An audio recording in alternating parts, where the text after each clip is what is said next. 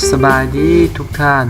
ยินดีต้อนรับทุกท่านเข้าสู่รายการเรียนภาษาฝรั่งอยู่บ้านกับอาจารย์สมปองความเห็น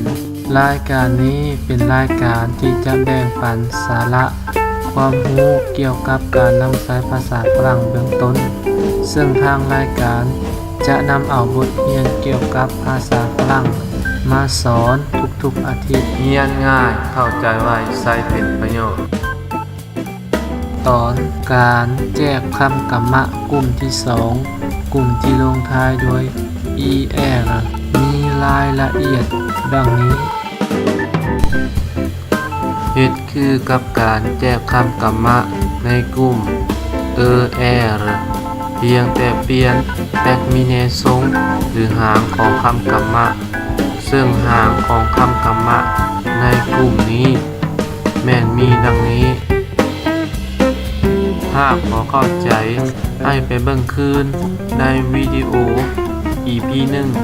1ต่อไปแม่นการซอกหาลาดิการหรือข่าวคำศัพท์แม่นเฮาแยกคือกันกับกลุ่ม er โดยกลุ่มนี้แม่นเฮาแยก er ออกยกตัวอย่างเช่นฟีเนียเฮาแยก er ออกมาจะได้ดังนี้เอาหาคำศัพท์ตัวนี้ไปแจ้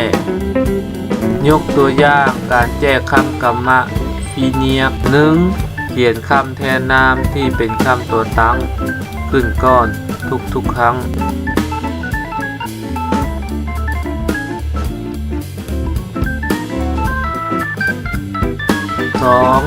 เอาเข้าคำศัพท์มาผสมกับหางคำศัพท์จะได้ดังนี้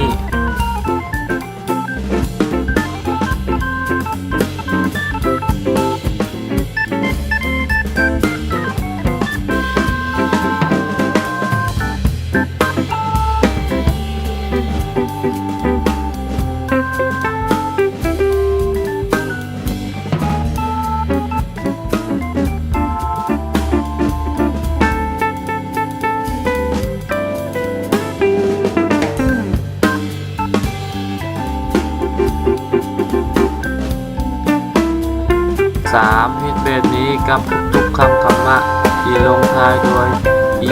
er ตัวอย่างคำกรรมะกักเนียกคำกรรมะ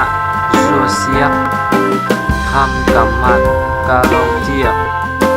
คำกรรมะโลเตียกพบกับอาจารย์ได้อีกในวิดีโอสุดหน้า